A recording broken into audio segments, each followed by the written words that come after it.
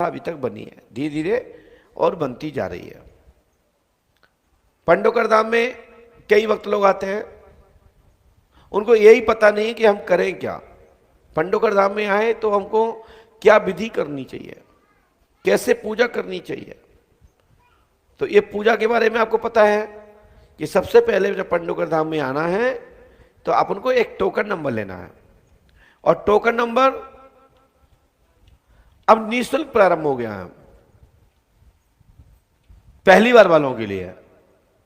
लेकिन मंदिर निर्माण के लिए, तीर्थ के लिए दान देना चाहते हैं, उसके लिए वो बोलते हैं यदि आप कोई दान देना चाहते हैं तो आप कहते हैं जी, तो आप जितना देते हैं उतने की आपको टोकन मिल जाता है और वो रसीद आपकी कार्यालय में चढ़ जाती है। क्योंकि दान सबको करना चाहिए, बिगर मांगे बिगर अर्थ के कोई व्यवस्थाएं नहीं बनती हैं।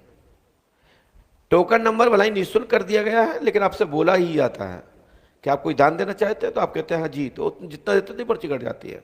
जो अर्जी पुराने वाले वक्त लोग हैं वो अपनी पर्ची नियम से कटवाएं और सही कटवाएं, सही अर्जी पत्र लें। कई बार लोग एक दूसरे को देख के गलत कटवा लेते हैं, गलत टोकन ले लेते हैं, उससे आपकी अमावस्या कैंसिल हो जाती है।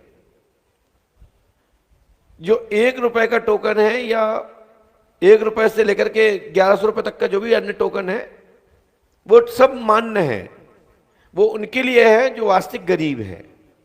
बाकी के मूल दरखास्त जो है नियमित अमावस्या अर्जी वाली, वो 1100 रुपए का आपको टोकन प्राप्त होता है और उससे आपकी एंट्री होती है और वो दान के द्वारा ही ये निर्माण प्रक्षेत्र में तीर्थ में लगता है।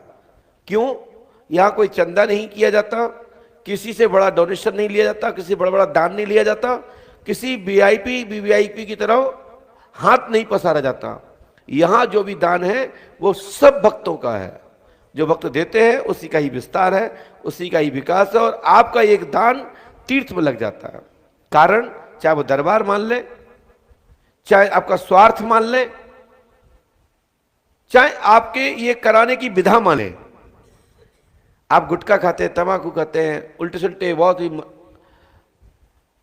कितने एमाल है लेते हैं, पैसा तो खर्च होता है, उसमें तो कभी कोई पूछता नहीं। लेकिन ये तीर्थ निर्माण में आपका जो विस्तार हो रहा है ना, ये सब आप सबके सहयोग से हो रहा है। जो आप पांडवकर सरकार का दिव्य भारत के मानचित्र पर श्री पांडवकर सरकार का नक्शे में पॉइंट लगा हुआ पांडवकर सरकार धाम तीर्थ स्थल, जो पांडवों की तपोभूमि है, जो प्राचीन तीर्थ को पुनः स्थापित कली काल में हुआ है। क्योंकि जो पुरानी परंपराएं होती हैं दब जाती हैं, लेकिन सत्य कभी खत्म नहीं होता, प्राचीनतम कभी खत्म नहीं होता। इसी के लिए कहते हैं सत्य सनातन, जो प्राचीन से प्राचीन है ही है, वही हमारा सनातन धर्म है। जो हमारी पूर्व संस्कृति है, जो हमारा पूर्व सम्मान है, वो सम्मान कभी खत्म नहीं होता है। सम्मान एक समय बाद पुनः कोई योगी संत या कोई महापुरुष जब प्रकट होता है,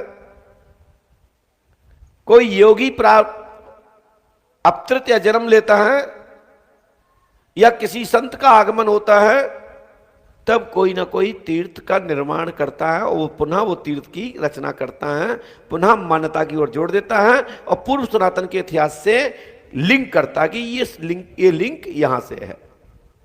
आज भी हम और आप लोग कोई भी किताब लिखते हैं तो लिंक जोड़ते हैं, ये अध्याय फलाने चैप्टर से लिया, फलाने बुक से लिया, फलाने लेखक के द्वारा प्राप्त है। ऐसे ही पांडवकर धाम पांडवों की तपोभूमि है, ये महाभारत से संबंध रखता है और राजा मरुत की तपस्या स्थली पांडवकर धाम है। जो सूर्य मंदिर, दतिया जिले में 2 सूर्य मंदिर पाए जाते हैं, एक उन्नाव बालाजी, दूसरा पांडवकर सरकार धाम शिव बाला सूर्य बाला। उन्नाव में, जो दतिया जिले में उन्नाव बालाजी दूसरा बालाजी मंदिर है, वो सूर्य वाला ब्रह्म वाला है, और ये पांडवकर धाम का मंदिर जो है वो सूर्य वाला शिव वाला है। आप जहां जलाभिषेक करते हैं ना पुष्पावती की जल ले जाके, वो सूर्य वाला शिव वाला को करते हैं। ये राजा मरुत की तपस्या स्थली के द्वारा आज वह स्थान के निमित्त ही पांडव लोग पंडोकर धाम में रुके थे। जो नीम का वृक्ष है, जहां आप रक्षा सूत्र चढ़ाते हैं, नमन करते हैं, प्रार्थना करते हैं, आप आवेदन लगाते हैं, अपना आवेदन मतलब मन ही मन प्रार्थना करते हैं, वह नीम का वृक्ष है। जिस नीम पर बताते हैं, जनश्रुति है कि महाराज धर्मराज को भगवान स्वयं श्री कृष्ण योगी ने दर्शन देकर के होने वाले भविष्य की घटनाओं का जिक्र किया था कि आपके जीवन में इस प्रकार की घटना घटेंगी, इसलिए आप हनुमान जी की स्थापना करें। तब महाराज धर्मराज ने यहां पर स्थापना की थी।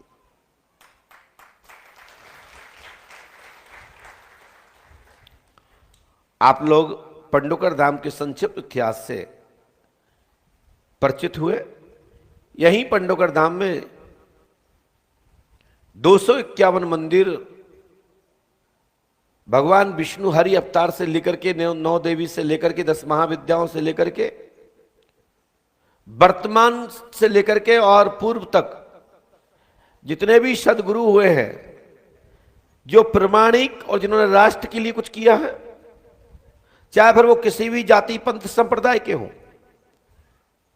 वास्तविक कोई सदगुरु अवतरित हुआ है, कोई दूत के रूप में आया है, कोई फकीर के रूप में आया है,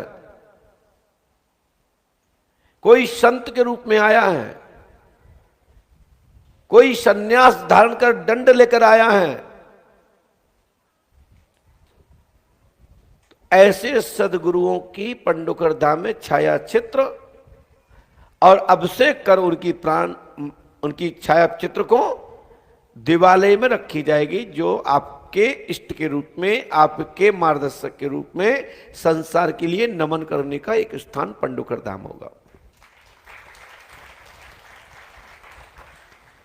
क्योंकि साधुओं की कोई जाति नहीं होती, कोई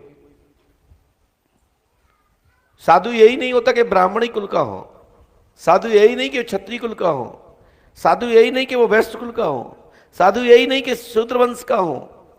शूद्र वंश वाला कोई जाति से मत जोड़ना, ये 4 वर्ण है। हम 4 वर्ण की बात कर रहे हैं। लोग जल्दी से जोड़ते हैं कि तो शूद्र कह दिया। हम शूद्र किसी से नहीं कह रहे हैं, 4 वर्ण की बात कर रहे हैं। ब्राह्मण, क्षत्रिय, वैश्य और शूद्र, ये 4 स्तंभ हैं। और ये 4 वर्ण ये पंचतत्व के शरीर के अंदर स्थापित है।